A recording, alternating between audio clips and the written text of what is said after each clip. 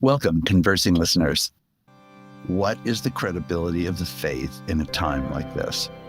The Rethinking Church Initiative is launching a new podcast called Credible Witness. I'm Nikki Toyamasito, and this is Credible Witness, a collection of stories and wisdom from faithful people wrestling with and bearing witness to the credibility of Christian life today. Each episode is an invitation to listen generously and courageously to one person, navigating social tension and moral complexity, negotiating doubts, struggles, and fears, overcoming obstacles and pursuing justice, and living out the convictions of their faith. And every voice reminds us that the church is called to be a credible witness to Christ, a living reality of hope, justice, truth, and love. It's a beautifully rendered collection of stories that reward a courageous and generous listening. So please check out our show notes for links to the Credible Witness podcast feed, as well as crediblewitness.us. I'm hoping that you'll subscribe today, and I believe you'll be deeply encouraged by the series of episodes to come. Thank you for listening courageously with me, and may God bless this new effort. Conversing is produced and distributed in partnership with Comment Magazine and Fuller Seminary.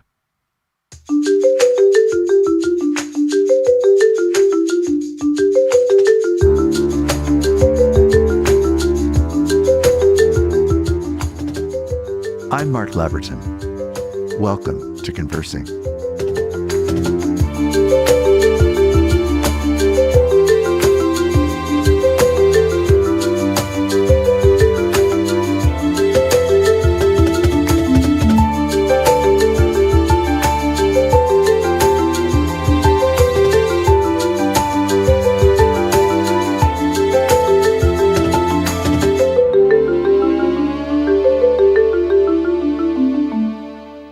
I'm excited today that my guest on Conversing will be Dr. Terence Lester. He's a storyteller, a public scholar, a speaker, a community activist, and an author. In his book, From Dropout to Doctorate, he tells the story of his own journey from being raised in a very challenging, impoverished background in Atlanta, Georgia, all the way to the point of fighting and earning and living and struggling his way to the point where he actually earned his own doctorate with a concentration in public policy and social change from Union Institute and University. He's been part of many other efforts. Principally, one of the programs that he leads as the founder and executive director is called Love Beyond Walls, a nonprofit organization on raising awareness about poverty and homelessness, as well as on community mobilization. I couldn't be happier to have him today. Dr. Terence Lester, welcome to Conversing.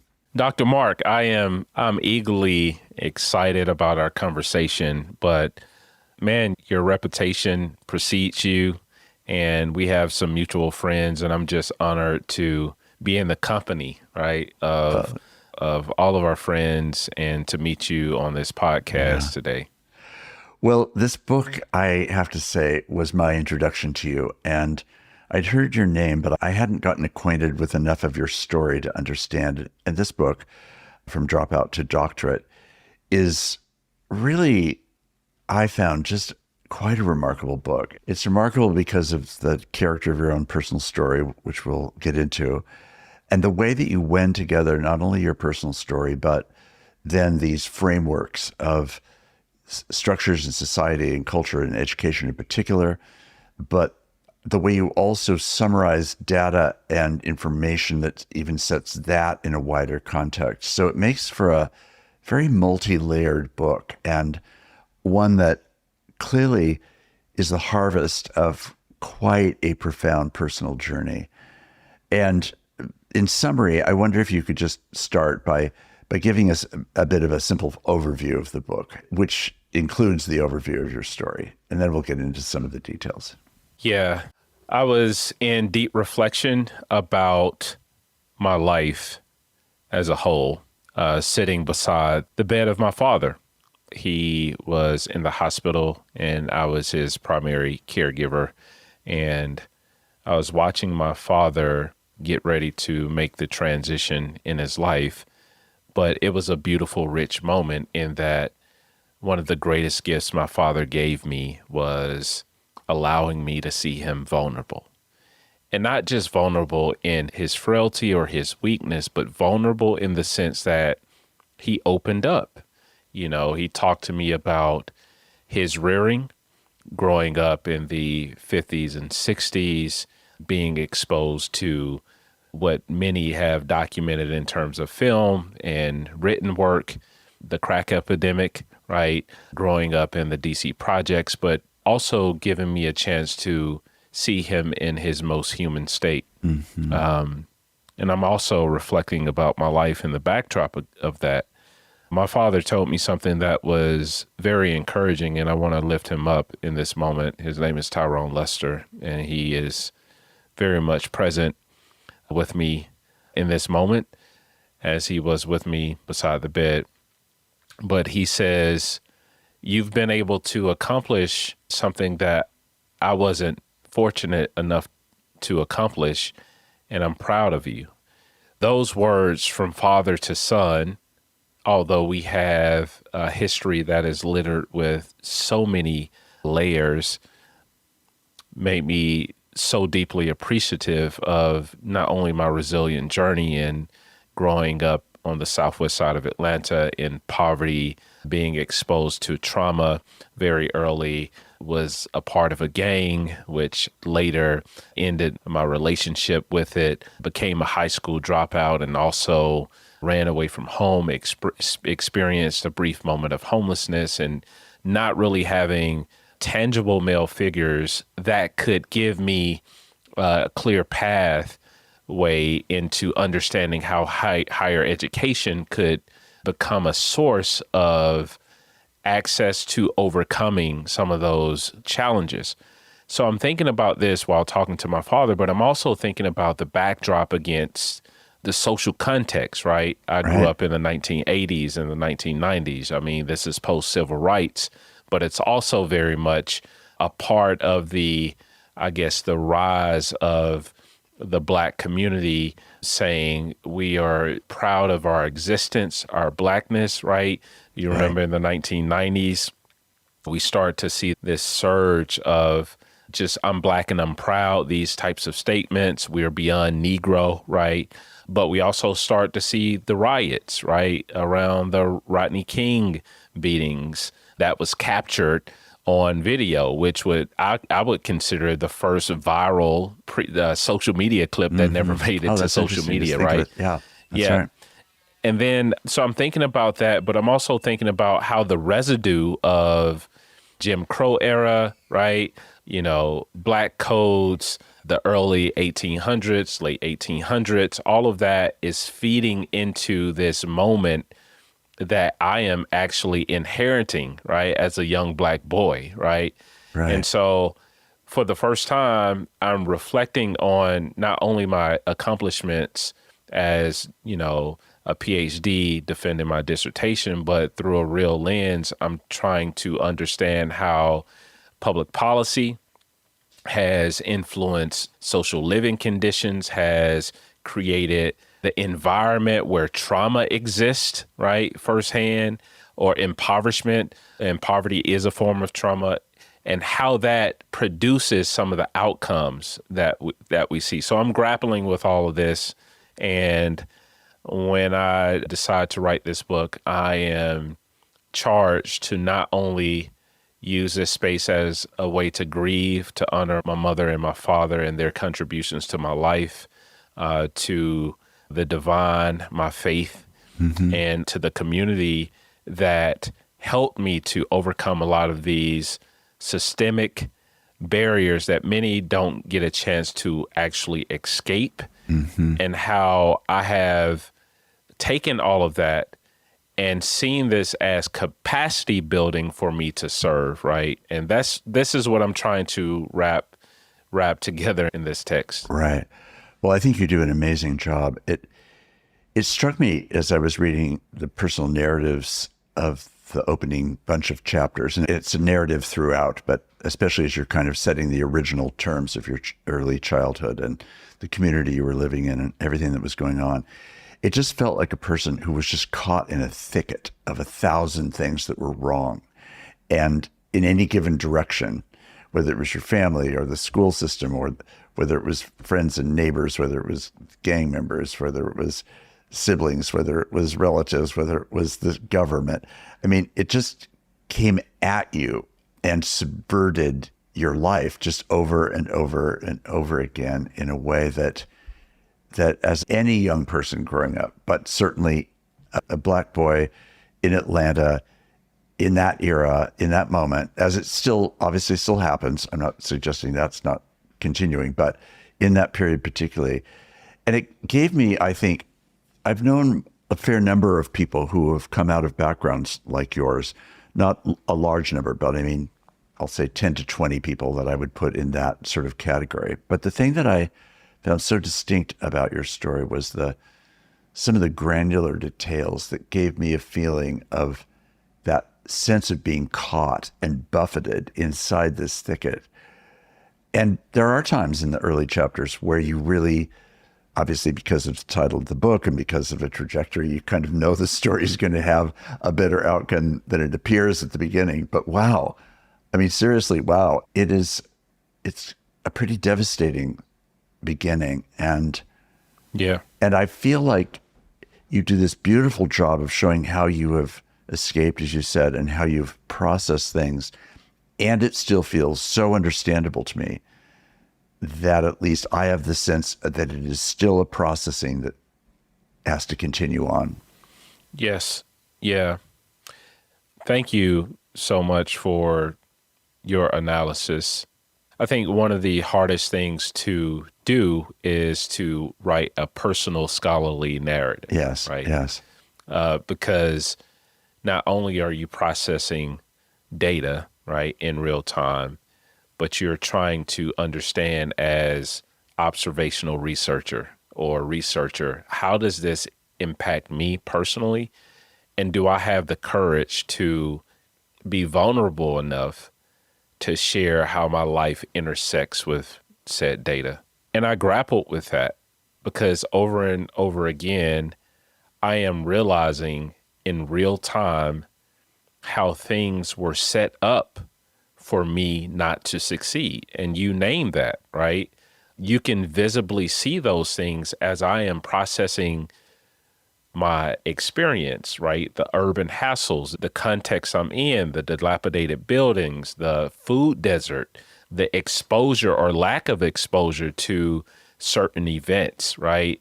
I was in Chicago not too long ago and I had a book talk there, and there was a professor that showed up and we got a chance to talk and dialogue. And I asked her a question. I said, when was the first time you ever learned that college was accessible to you?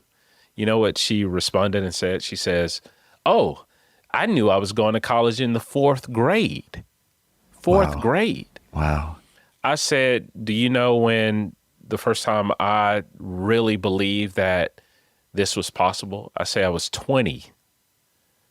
That's a 10-year head start. Right. And then to have to believe that against, like you're swimming upstream, right? Social stigma, the way that you're depicted in media, the environment, the lack of exposure to relationships.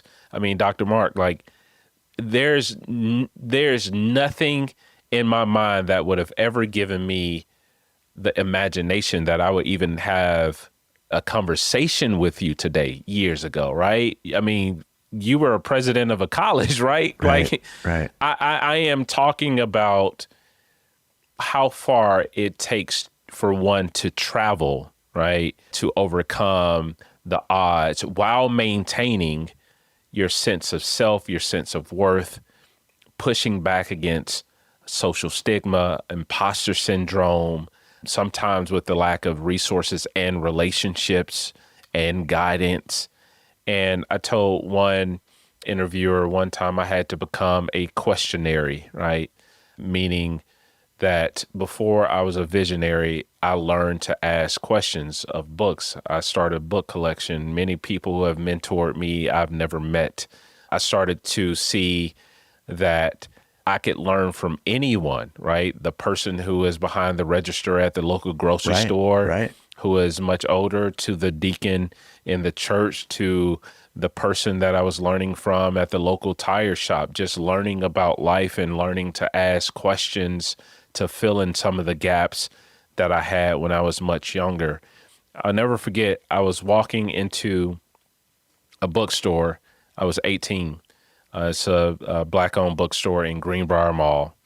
I don't know why I stumbled in this bookstore, but I go in and this lady walks over to me. She was a bookstore owner, and I was just looking at all the books because most of the authors were Black authors. And she looks at me and she says, "You know, you could write a book, right?" And I looked around and I'm like, who are you talking to? Are you talking to me? And Right. she proceeded to say, yes, like you talk to me about history and you have a story and all of these different things. And I think that was part of the disruption that I needed to have the vision that I could contribute to the academy, that I could contribute to bodies of work that actually provides a lens for people to understand how structural barriers can impede people from actually accessing higher education. So thank you for asking these questions. I love that. And I think it struck me fairly early on that you were not primed to be a student, but that you were primed to be a learner. And Yeah. I felt like that was what was happening. You were learning. And I think one of the things I appreciate so much about the narrative is the way that it fairly matter-of-factly recounts some very traumatic experiences where, a little bit like our mutual friend Jamar in the writing of his book, The Color of Compromise, he doesn't have to exaggerate the narrative. The narrative just is dramatic. And when you let it simply be heard, you begin to get a calculus of how this is going. I think one of the most poignant moments to me was after you had explained a great deal about your childhood, and then you introduced this tool that's used in education called adverse child experiences. And describe that tool and then explain why your score was such an illuminating thing for you. Yeah. The ACEs quiz, right? Adverse childhood experience. Yeah. Most people who are in the helping profession would know, social workers, case managers, clinical counselors, and most times these quizzes are actually given to people to actually understand, the stressors that a child has experienced. And normally these quizzes are given to people, I would say, below the age of 18 and below, right? Sometimes it can go into young adulthood, 24 and below. And then other times they're full-blown adults that have taken this quiz. And it asks all of these poignant questions. There are only 10. It could ask anything from things like environmental questions, right? Have you ever been around the use of drugs, or have you ever been abused? Have you had a parent that has gone to prison? Or it can ask you more, questions that are very personal about maybe physical harm or things like that. And what it is actually getting at, it is trying to understand your exposure to trauma, right?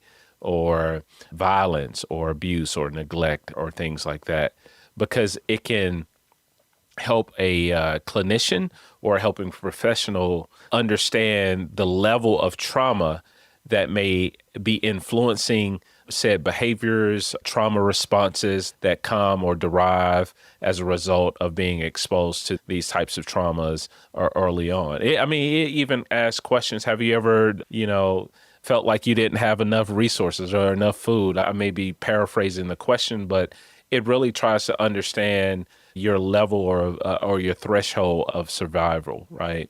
But there's a history to this because, when the ACEs test was first designed, it was designed by a medical doctor, and that medical doctor who was working for Kaiser at that moment was actually trying to study obesity, right? And it wasn't actually given to people who were black or brown, right? And so it was measuring, how stress actually increases obesity in mostly people who identify as, white, right? And so later it was discovered that this test could be used to understand trauma in a way that creates some of the outcomes that we see. And I named that because I've been in conversation. I have friends from all walks of life, and some of my friends who do not look like me, I've asked them some of the questions, or they've taken a test, and some of them will score 0 or a 2, right? Or sometimes a 3 or less. But I scored a 10 out of 10, right? A 10 out of 10, a 10 out of 10. And, it is one thing to score 10 out of 10 and not be in a place where you have survived, or you become a survivor, or you have overcome, or you have had access to a therapist and all of these things to do the type of inner work that gives you the best chance to practice and embody what healing is. Because as you said earlier, this is an ongoing journey. Right. But my friend, Dr. Libby, actually says that each yes you answer on this test can be seen as a negative number or encounter, right? Effectively lowering you into a pit created by damaging and or life-threatening experiences. You must then work to climb out of this pit just to reach emotionally stable ground. In reality, the higher your ACE score, the more your body has to overcome, meaning the impact of what you are actually experiencing, right? He says, you don't get to be fragile or fatigued easily. Every yes on your ACE test will cultivate a stronger relationship with pain your counterparts with lower scores may or may not have. Ultimately, the individual with a higher ACE score will develop the muscles of resilience in a way that only survival strategies could create. And what he's arguing there is that there is a built-in mechanism to early exposure to some of the things that you didn't ask for, like growing up in a rough environment or growing up with lack. You are actually developing muscles of survival and a greater propensity to be resilient when you are faced with difficult situations. And I believe, as unfortunate as it is of scoring a 10 out of 10, there's something redemptive about how that exposure to these things, and I'm not excusing the trauma and the things that I've had to suffer,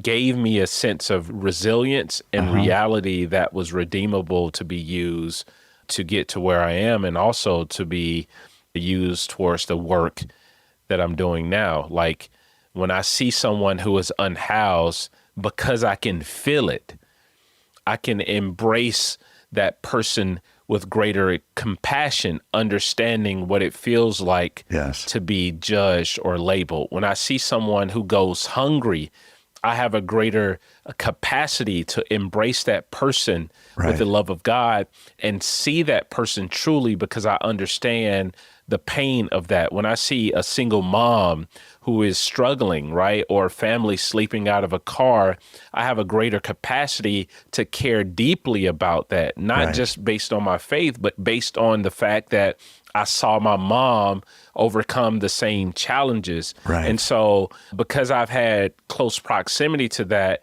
that then has been transmutated into purpose, into passion, into saying, how can I show up in the world to make sure that people don't have to suffer through the things that I've overcome? Yes.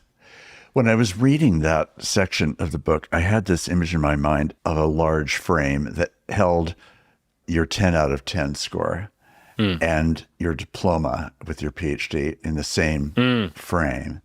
And that it felt as though, in a way, what you were saying is, I had to overcome the 10 out of 10 over here in order to be able to obviously achieve the PhD. But what you're also saying, and you indicate in the book, is that when it can be harvested, which it often can't be harvested, It's like it's Right. 10 out of 10 is devastation, period. There's nothing harvestable left. In your Right. case, by God's grace, there was a way that eventually is being harvested Yes. and enabling you to actually do the PhD Yes. for all of the demands that it required. Yes. But you had faced so many harder things than doing a PhD that is such a significant achievement. It's just incalculably bigger to me because of where you had to start. It's really, really a moving story to me. Not because neither of us would want to overstate the importance of a PhD, but neither of us would want to understate the importance of it either. As an achievement that means you're free, you're able to focus, you're able to have time to learn and learn productively, learn in a life-giving way, learn in an informing way, but also in a self-satisfying way. And that best sense, like pulling the very best out of you in the course of doing work like that. Yeah. Wow. Yeah. That as I was listening to you say that, it reminded me of something that I wrote in my very first traditionally published book, I See You. Yes. How Love Opens Our Eyes to Invisible People. I was in the community where I grew up, and I was in a mall that is in that area.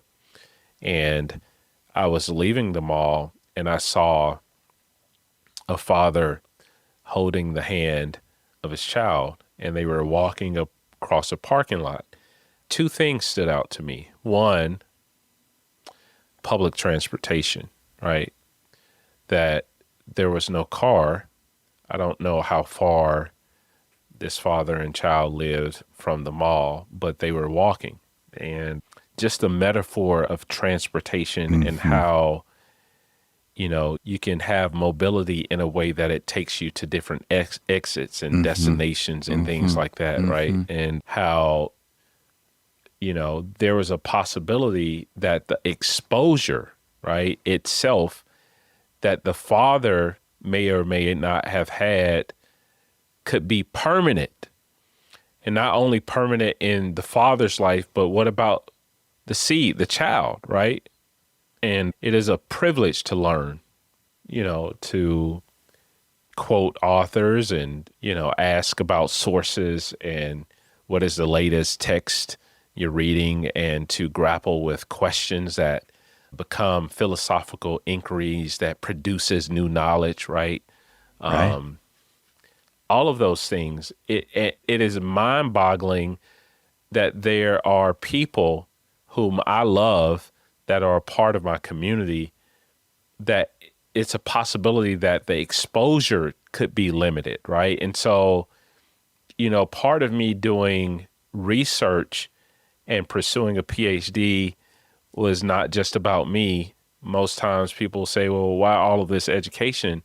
I say because education is a tool that increases your capacity to serve others. Yes. It's a great answer. I didn't go to get more education to be self-serving. Right. I went to get more education so I could have more capacity to be a better servant of God, right? How can I serve this father? How can I serve this father's child? How can I immerse myself in community and love well from a holistic perspective with more tools, right?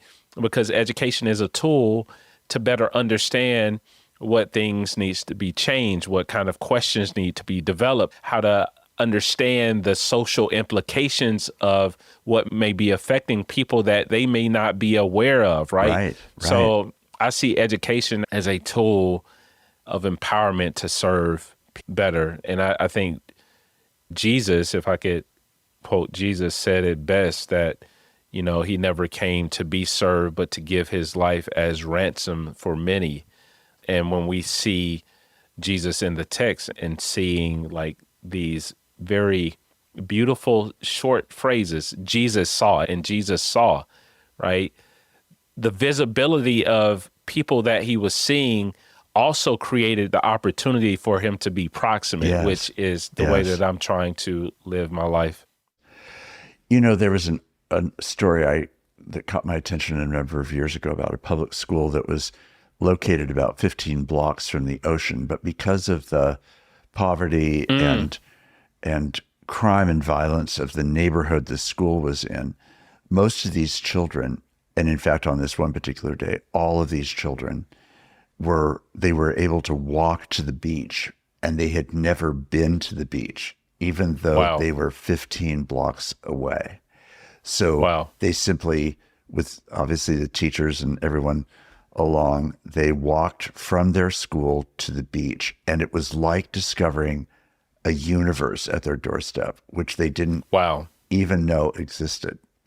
Right. And, or that if they knew it existed, it was seemingly so functionally far away that it was impossible to imagine going there, right? That was the agony of that story to me. And you saw these little faces on their way walking to the beach, and they literally had no idea what they were going to see and had never seen it, even though they were that proximate. Wow. So this theme of seeing is really profound for me too. And part of what strikes me so deeply about Jesus's life and ministry is exactly as you say, this sense of perception, of actually perceiving what's really might be invisible, might seem hard to get, but he attends to that with such care and then responds to that world out of that kind of care. Yes. And what you're describing is in part that your life experience and narrative yourself was teaching you how to see, but it was also distorting your vision. And then gradually over time, through education, through resiliency, through hard work, through your emerging faith, through the growth in your faith, the people that became mentors and encouragers to you along the way, families that stepped in and saw you fully for who you were and provided some of the scholarship support that you needed. I mean, these are amazing acts of seeing, right? And yes. But it's not just eyeballing something, it's actually perceiving something, and someone in this case. It's so transformative. And your book captures that, in my mind, in such a redemptive and hopeful way without in any way being either presumptuous or being even clear how well and how long that will last, because it all feels so fragile, especially as it's unfolding, right? It feels like it could shipwreck at all kinds of different points, and yet still, by God's grace, by your own hard work, by the sacrifice that you made and other people made, your mom in particular, these are all things that just caused the book to me to be just a deep lesson in seeing. And you have helped me to see more than I would have been able to see without reading your book. And I'm really grateful for that. Thank you. And I thank my mom.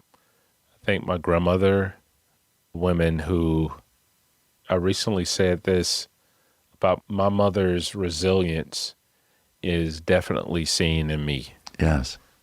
I saw my mother go to school. The reason I know is because I sat in the hallway, and this was long before online classes, and watched this woman pursue her grad education while working multiple jobs, taking care of 2 children by herself. But I was talking to my mom recently, and she said, when I look back over my life, I don't even know how I did it. All I know is that I wanted to set an example for you and your sister of what was possible. My mom achieved her doctorate in clinical counseling and supervision and just raised the bar so high. And even when there was tension in the communication between her and I, when I was younger and trying to figure out the complexity of family conflict and all of those things, she would always tell me that she believed that education would be a source of strength for me. Like always championing education.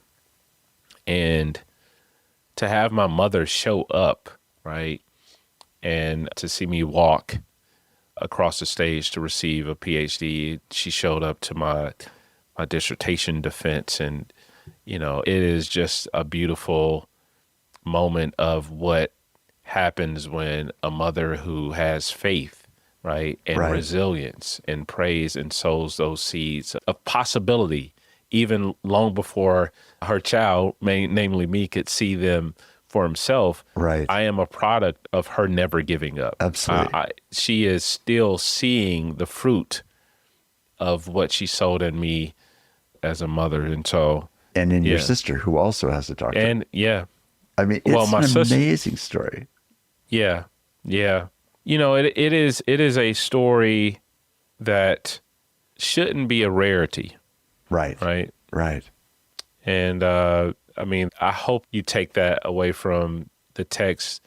You know, all throughout, I am indirectly suggesting that we become community and a source of hope for Right. those who may not have that type of support, right? Because, you know, people are better in community. People are strengthened in community. People find hope in community. People are seen. Yes. People find possibilities and access to opportunities in community. People are expanded in their growth and their purview of the world in community. All of those things are true, and it's the source that keeps on giving. Yes. But it yes. is also the source, one of the main sources that is being attacked today, right? There is a breakdown of community, a breakdown of communication, community communication, right? And so this moment is critical, not just for emerging scholars and students in Title I schools, students who are emerging from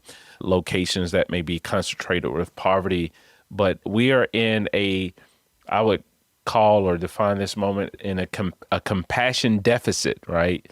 And we must respond with more community. We must respond with more support. We must respond with proximity. We must respond the ways in which Jesus lived his earthly life, right? And I still believe in the redemption of how Jesus lived and what he modeled. And I think it is a tool that we can use in seeing people overcome such challenges. But we have to ask ourselves, are we willing to lean in? Are we willing to advocate? Are we willing to sacrifice? Are we willing to invest? Are we willing to be proximate? And those are questions that I'm kind of asking indirectly. Absolutely. Yeah.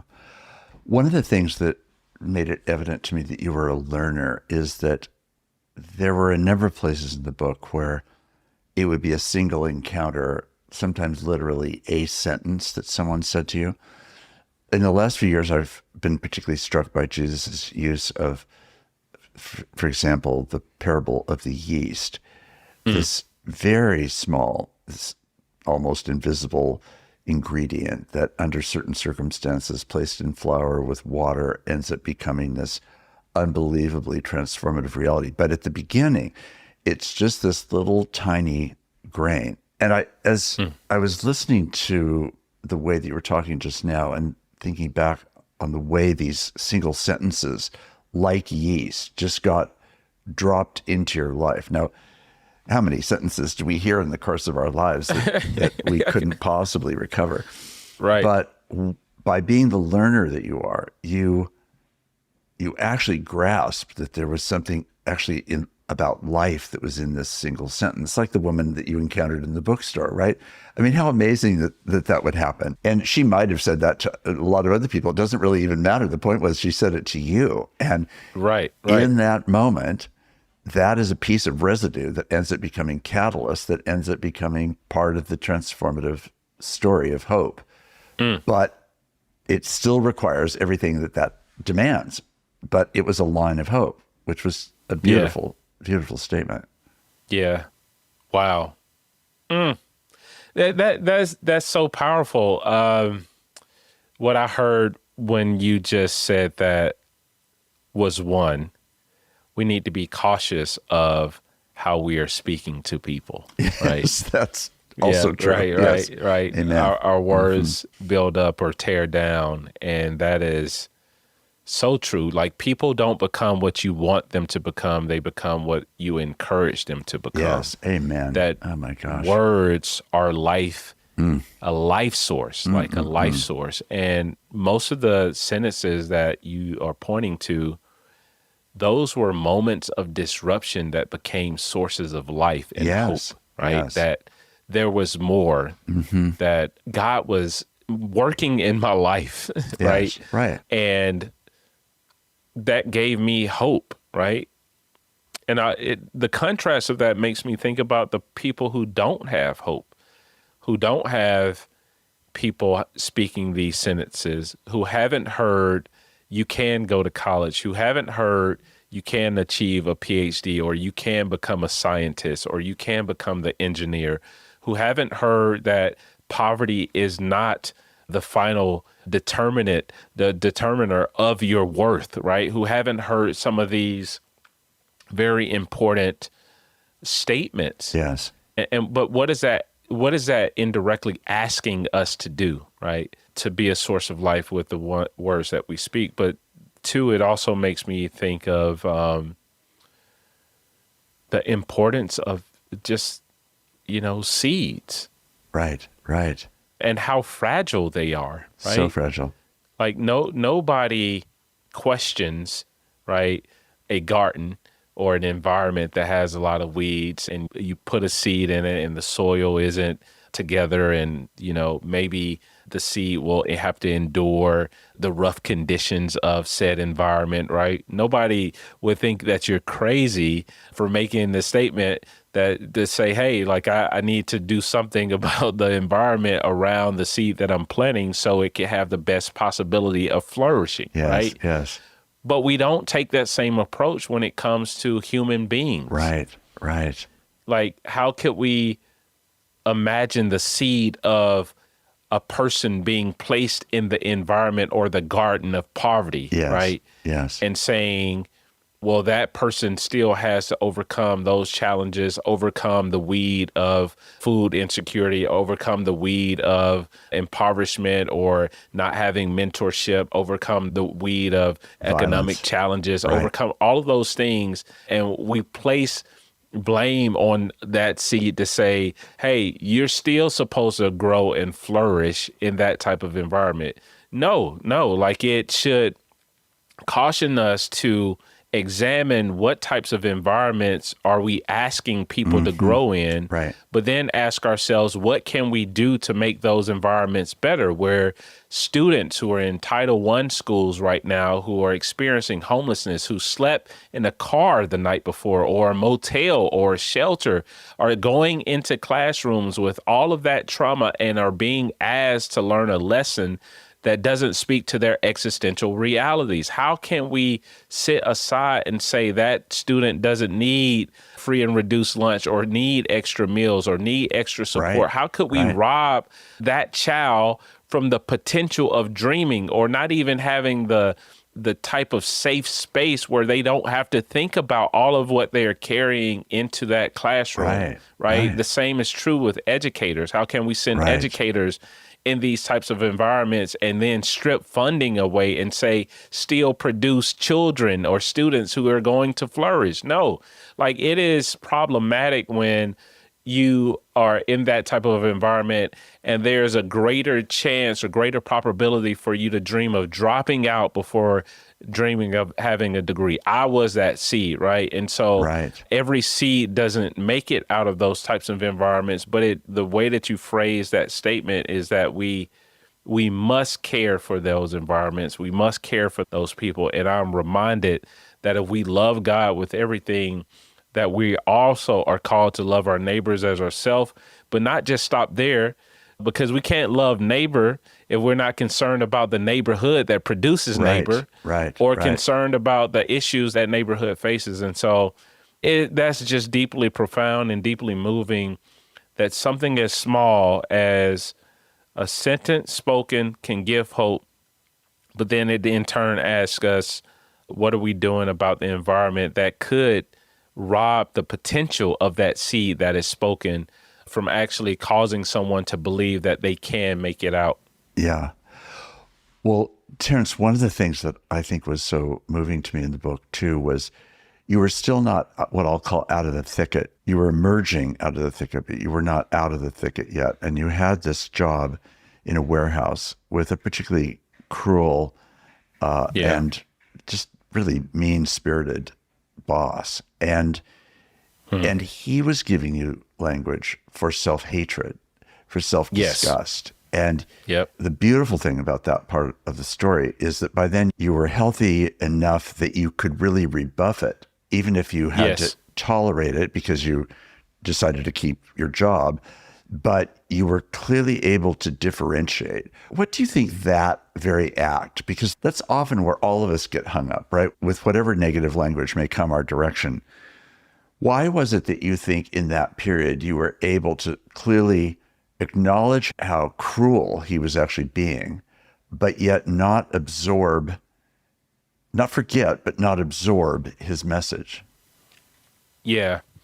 Well, by that time, I had become a part of a community of faith, and I was really believing, right, that my being, my actual design, right, was intricately woven together by God, right? And fearfully and wonderfully made. Yeah, Psalm 139, right? Right. Fearfully and wonderfully made. And because I believe that, it made me realize that what was spoken to me in the community of faith by mentors and people that I was around was diametrically opposed to what was being spoken to me in this space. And it made me think, like, this isn't lining up. You know, God says I'm wonderfully made. I'm fearfully and wonderfully made. God says that he knows the number of hairs that are on my head, right? God says that in that while we were still, Christ died for us, like that type of love poured out. And because I believe that more than what was being spoken in that space, it made me realize that I had the courage, right, and confidence in God and my spiritual journey at that moment in my life to resist that, right? To resist the temptation of believing that somebody's maybe insecure, uninformed, lack of awareness in terms of their statements, who was in that place of power, could speak down on me in a way that could have discouraged me to give up dreaming, give up hope, give up my faith, all of those things. Right. But they were such in stark contrast that I was like, this isn't true. Yes. This is not who I am. And I had already made a decision at that moment that I was going to be more than the environment in which I was coming from. And because that desire to be more, to really lean into how God had created me, I wasn't going to allow anything or anyone or any negative statement to stop who God was making me, or like developing me into, right? And I just never let go of that. And it's funny, I eventually was fired from that space. And I, before I was let go for not being liked, right? I told my manager at that time, I was like, one day I'm going to have a PhD. And he told me that I would be better off driving forklifts. And I'm not saying there's anything wrong with people who earn an honest living in doing that, but that was my dream, right? And he tried to squash it with something that he thought was minimum. But Dr. King says, even if your subject and your verb don't agree, you still can be great because you can what? Serve, right? And I just had, this desire to serve with my mind and to serve in community and things like that. And I allowed that statement to motivate me and to get closer in my faith journey. So not only am I a product of people who invested in me, I'm also a product in things that I've had to resist. Right. Because it forces you to become more committed to your convictions, right? Yes, yes. Yeah. Well, when I was reading that part of the story, it reminded me myself of being in a meeting with a junior high counselor. And I was a kid who was an achiever, but he really disliked me. And he said to me in this counseling appointment that basically he was saying I should be a forklift driver. Oh, wow. And he said, it's never going to work out for you. It's just not going to work out for Wow. you. And it was really harsh and actually quite personally harsh. He was extremely critical of me. And I only had him as the leading exemplar of anybody in a school system itself that was like this, but it was a significant moment, right? And middle school, junior high is such a formative period in your thinking. Maybe he's right. Like, he must be right. He's the adult. He's the one who understands more things than I do at this stage. But fortunately, and your mom was like this in your life, and my parents were like this in my life, I told them right away about what had happened because it was just so crushing. It was like, gosh, I must be blind. I must be thinking I'm living in some world that just doesn't even exist. It looks to me like there's a horizon of hope, but he says there's no horizon of hope for me. And Wow. why he was motivated to do that, I don't know, but it definitely left a mark. And I think, just as you're saying, while I didn't often have to think about that as I moved forward in life because other things had given me other data points, but I never forgot it, obviously. Here I am all these many years later, Right. reading that book, that part of the book, and thinking, yeah, those words of cursing, I mean, it's literally like a Yes. curse they're pronouncing on you. You will not matter. You will not work. You will not succeed. You will not have Right. hope. You will not know joy. Like whatever the things were that a person might say, he was trying to heap them. So I felt, even though our stories are very different for all kinds of different reasons, that kind of a moment is really powerful. And I think the resilience that you showed, and that by God's grace, I too was able to find, not yet out of Christian faith. That wasn't yet in my life. That wasn't until I was in college. But I was just very moved by that part of the book and your own, again, capacity to learn, which is, I guess, one of the themes that I keep coming back to because it was such a striking feature to me in the book. Wow. Wow. Thank you so much for sharing that story. And it just, how many people who are probably carrying stories of cursing, right? And how those statements, right, that many of us have heard could have impaired people, right? Right. Or become roadblocks, in the Yes. narratives and the stories that replay over and over in the minds and hearts of people. And, if somebody is even listening to this, I would encourage them to interrogate, right? Right. What's truth versus what is a fallacy or something that is not true. But I do not believe in my heart of hearts that God is the source of cursing over someone's life. Right. I cannot believe that. Yeah. And I will say that one of the things that emerged for me fairly quickly after becoming a Christian, and it sounds like this may have happened for you too, was that I had moved into a community of affirmation and Yes. the blessing that was like, Yes. my family was very loving, and I'm extremely grateful for my family and their presence and all of that. But again, as you're growing up and you're developmentally in a different place, you're not looking so much for your parents' affirmation only, but really what about the people that are really around you who aren't related to you, right? Yes. And when they start having an investment in my life, it was like, seriously? This is an astounding thing to me, and has definitely affected me throughout all these many years. Yeah. That is the perfect way to describe the church that I would consider my first introduction into Christian faith. It was a community of spiritual affirmation, right? Wow. But having blessing spoke over you, similar to the priestly blessing, right, it's something that reminds you, right, even in the human condition of life, because there's suffering, there's all types of sorrow. It reminds you that the divine is still proximate, right? And there's a deep care that happens through community that can be the greatest expression of the divine, right? And so I definitely found a lot of care, communal care, right, in community and communal affirmation, which has been a blessing to me. And I still carry phrases and conversations and things that are near and dear to my heart, even in moments of isolation, in moments of sorrow, in moments of grief, right? I Yes, talk yes. about losing my father. Right, I still maintain that level of hope. right. Yeah.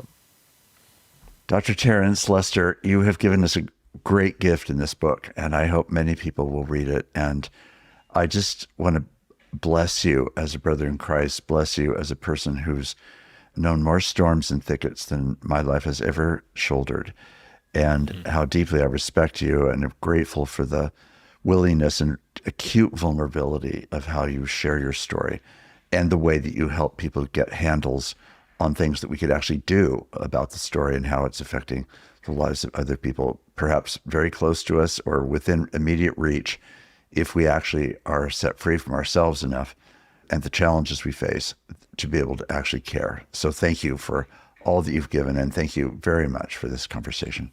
Thank you. Thank you so much for creating this type of space, which feels safe to have a deep and meaningful conversation. I think that is where the fruit is found. Amen. That is where the fruit is found. A beautiful summary.